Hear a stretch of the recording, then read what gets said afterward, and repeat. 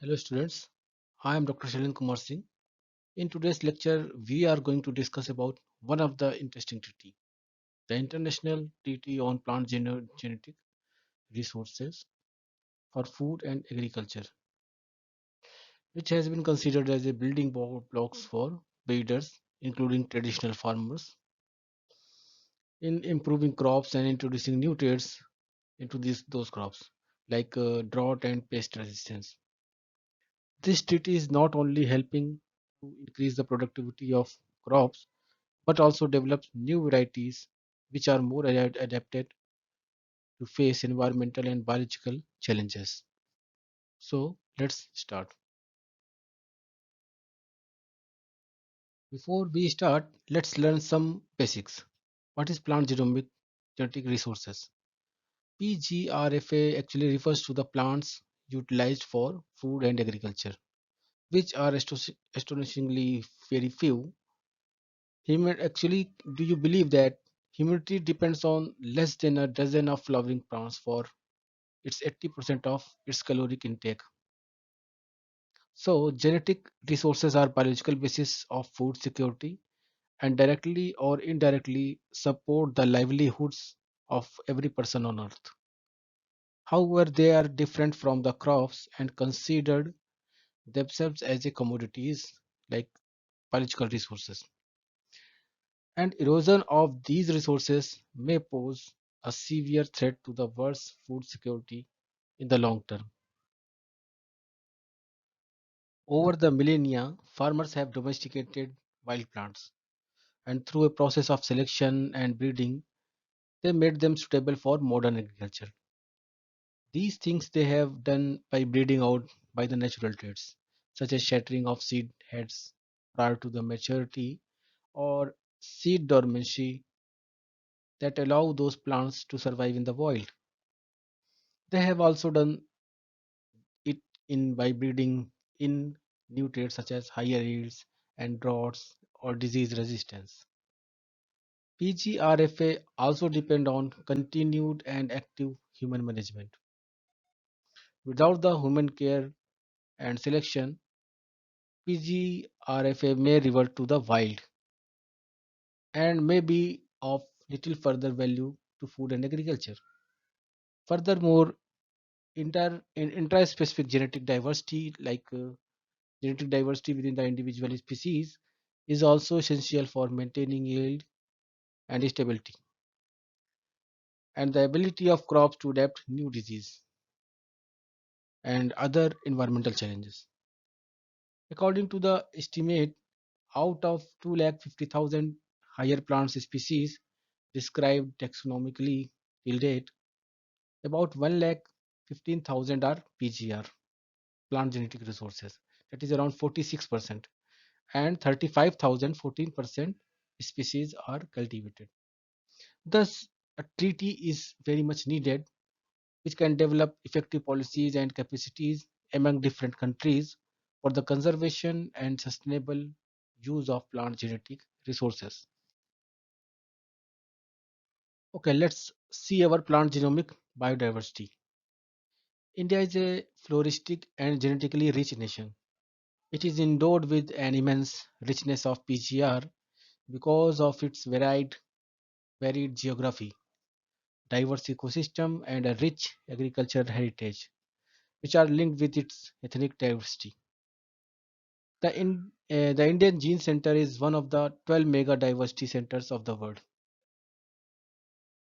India has about 46,000 species of flowering and non-flowering plants, which could be around 11% of the world's known flora.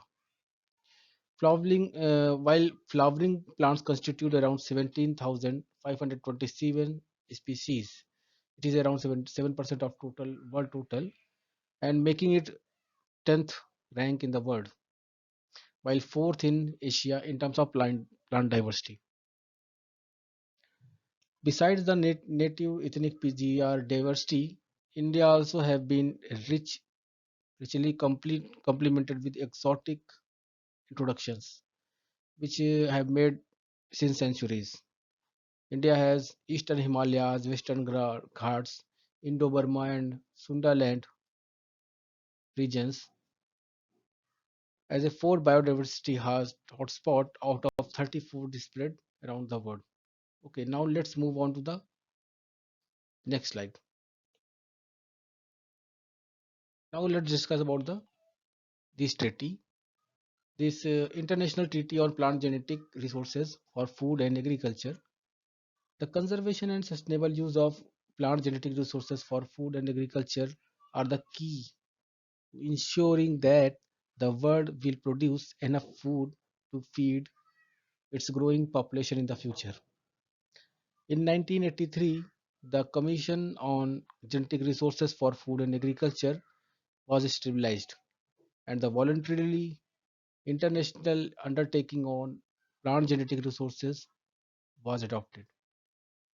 Another major step was taken in 1996 with the adoption of Global Plan of Action at the Leipzig International Conference on Plant Genetic Resources. All this work culminated in 2001 with the historic adoption of the legally binding international treaty on plant genetic resources for food and agriculture. The treaty entered into force on 29th June 2004.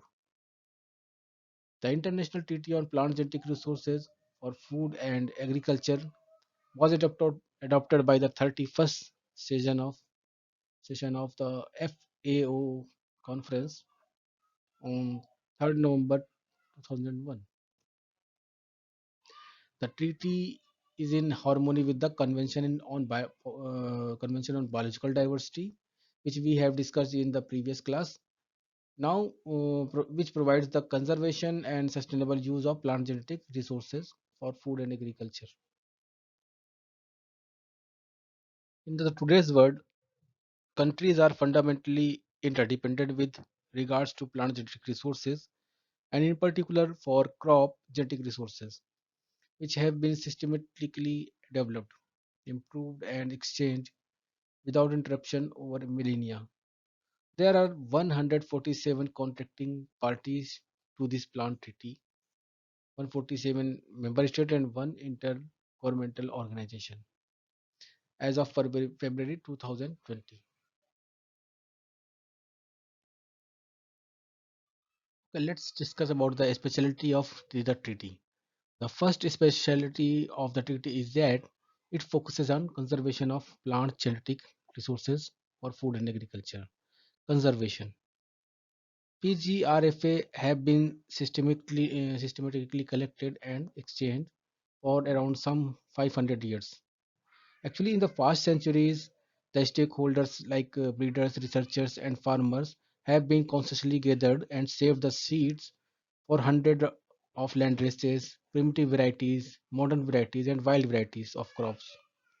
Thus, any individual land race is thus the product of breeding work of thousands of farmers over many generations.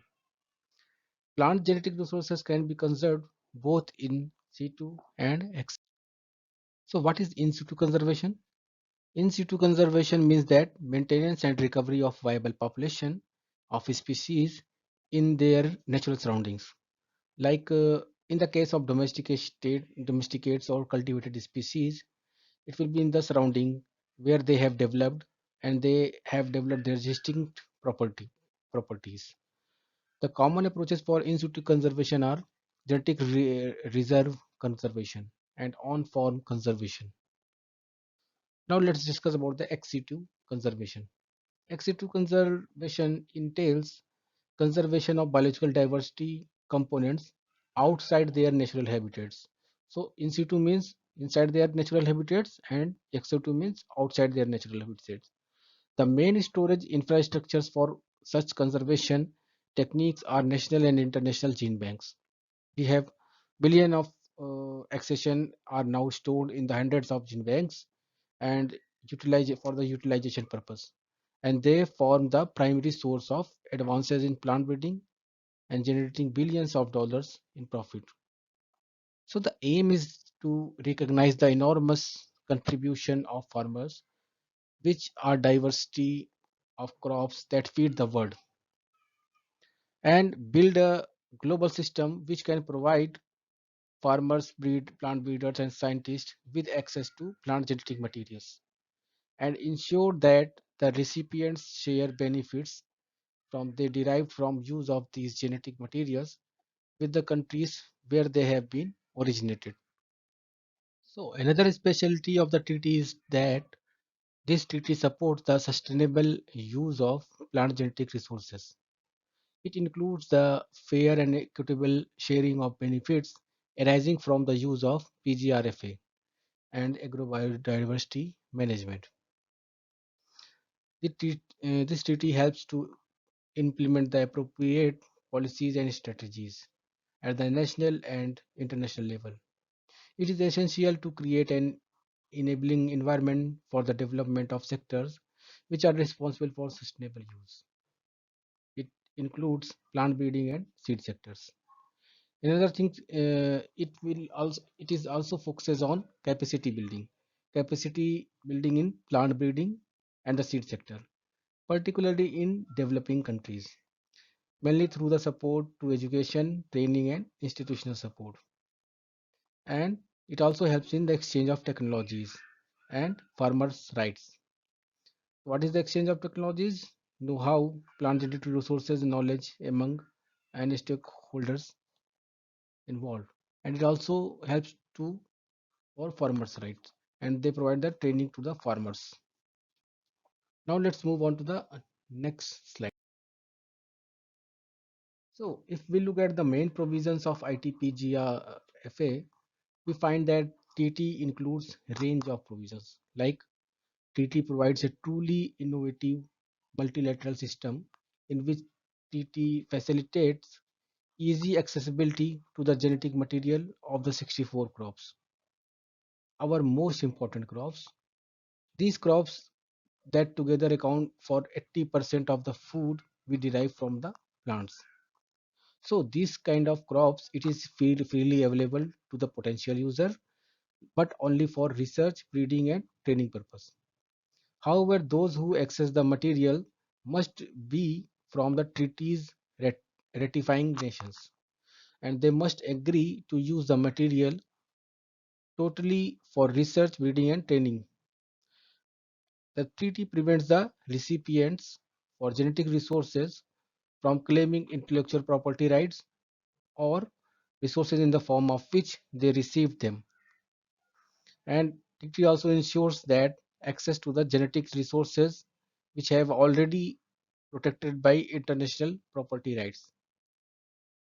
So TT also provides sustainable route for utilization. We know the most of the world's foods comes from four main crops like rice, wheat, maize, and potatoes. However, local crops not among the main four. They are the major food source for hundreds of millions of people. They also have potential to provide nutrition to the countless others. So this treaty helps maximize the sustainable use and breeding of all crops and promotes development and maintenance of diverse sustainable farming system. Furthermore, TT also recognizes the enormous contribution of farmers which have they made to ongoing development of the world's wealth of plant genomic resources. So they ensure that they share the benefits from the use of these resources. This treaty ensure that. Okay, now let's move on to the next slides and see the importance of this treaty. So let's discuss about the benefits of this treaty. Its special nature of plant genetic resources for food and agriculture, its importance of PGRFA for food security and breeding, and interdependence of countries on PGRFA. Okay, this treaty provides a separate protection to the PGRFA, which are different from wild plants, and many crops cannot, as we know that many crops cannot survive in the nature without human intervention. Like like you can see in this example, this is the maize, and the maize with its very tight ears cannot seed itself. They have very tight ears and they cannot seed itself. And compared to the original wild Pioceanate maize is almost unrecognizable. So the value in agricultural genetic resources lies in the diversity within the crop, not at a species level. In intraspecific diversity, it is very important for resistance to the disease and environmental challenge, as well as maintaining the yield. So treaty provides a special attention to this PGRFA crops. Now let's move on to the slide and see the treaty provides farmers and breeders continuing to have low cost access to the plant genetic resources which are necessary to face new environmental and agricultural challenges. So this including access to the information, technical and financial resources and capacity necessary to utilize those resources. And now let's move on to the next specialty, the importance of PGRFA for food security. As we all know that world population will increase to over 9 billion, sorry, by 2050. So there is an urgent necessity to increase crop productivity and develop new varieties which would be more adapted to the and face the environmental challenges. And to meet these kind of needs and challenges, farmers and plant breeders must have access to wide range of PGRFA and to the essential information about those PGRFA that will allow good use to be made of them. Climate change is another issue which will negatively impact our crop productivity by changing the growth conditions for crops. Due to the global warming, mean temperatures for growing season will be different. So all countries will need to adapt their crops to new condition and seek PG RFA for other countries where the growing conditions may be similar. So this treaty will help to tackle this kind of problem. Thus, climate change will also increase the interdependence of countries on PG RFA. As we have already mentioned that PGRFA are the basic building blocks for plant breeding. Farmers altered original wild plants and further developed by breeders. They created diversity by adapting crops to new ecosystem and new human needs. The intra-specific diversity is essential for maintaining yields and resistance to disease and environmental changes. So this treaty helps in this kind of breeding. Now let's move on to the next. In the modern world, this treaty makes the country and regions interdependent. That is, they all depend on their food and agriculture on crops that originated from elsewhere. Like, for example, wheat, maize, potato, yams, and rice are now world crops. Wherever farmers have adapted them to their climates and needs, they have created a new genetic diversity which has been widely shared. Now, let's move on to the next slide.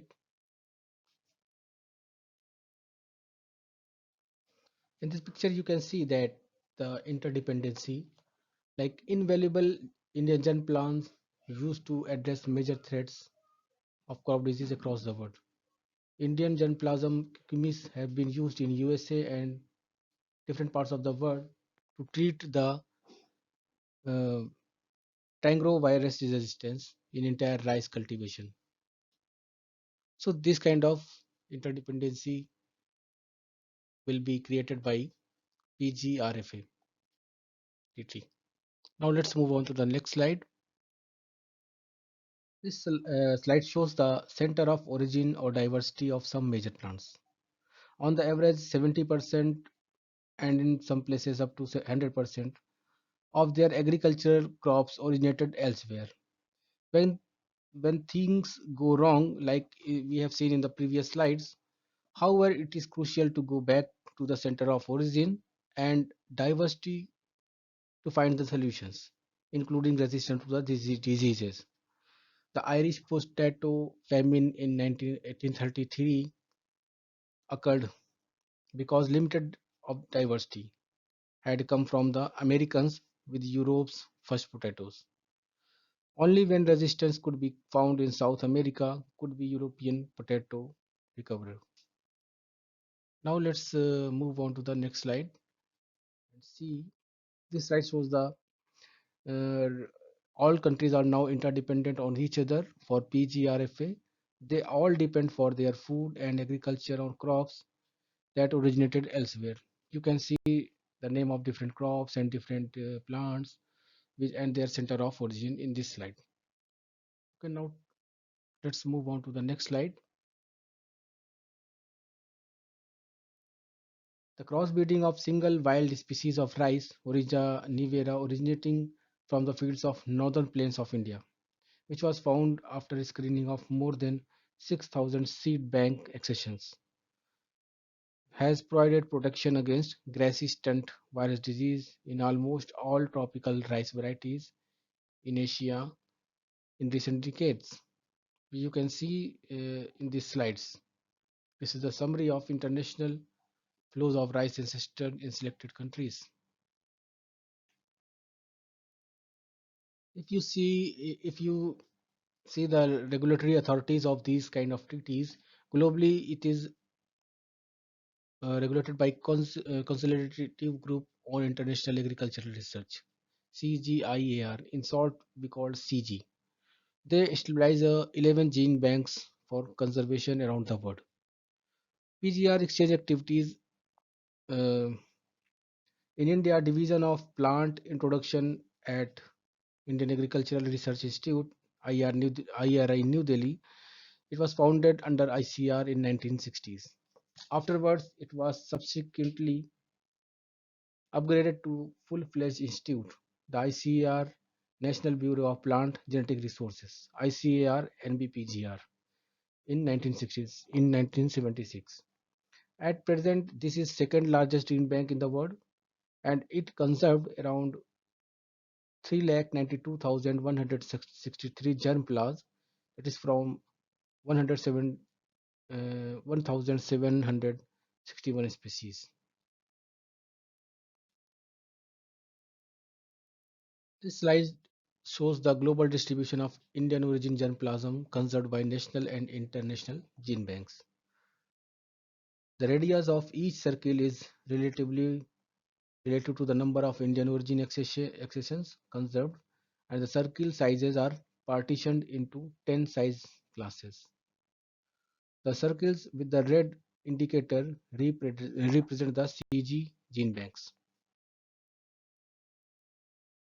In India, Department of Agriculture and Cooperation is responsible for the operation of the treaty under Ministry of Environment, Forest and Climate Change. However, we have already studied about these laws, Protection of Plant Varieties and Farmer Rights and Biodiversity Act. So these laws are also abide by this treaty. So in conclusion, the PGRFA sustained global agriculture through cohesive efforts involving almost all countries, which are bound together by multiple legal instruments on the international platform. And with these instruments, they especially exchange their general plans and benefit sharing. Now, question for thought. So these are the question for thoughts, and you can see the different question. And please mail me at my email id drshell82 at the rate gmail.com. And if you have any doubts, we can always discuss on the WhatsApp group. Thank you.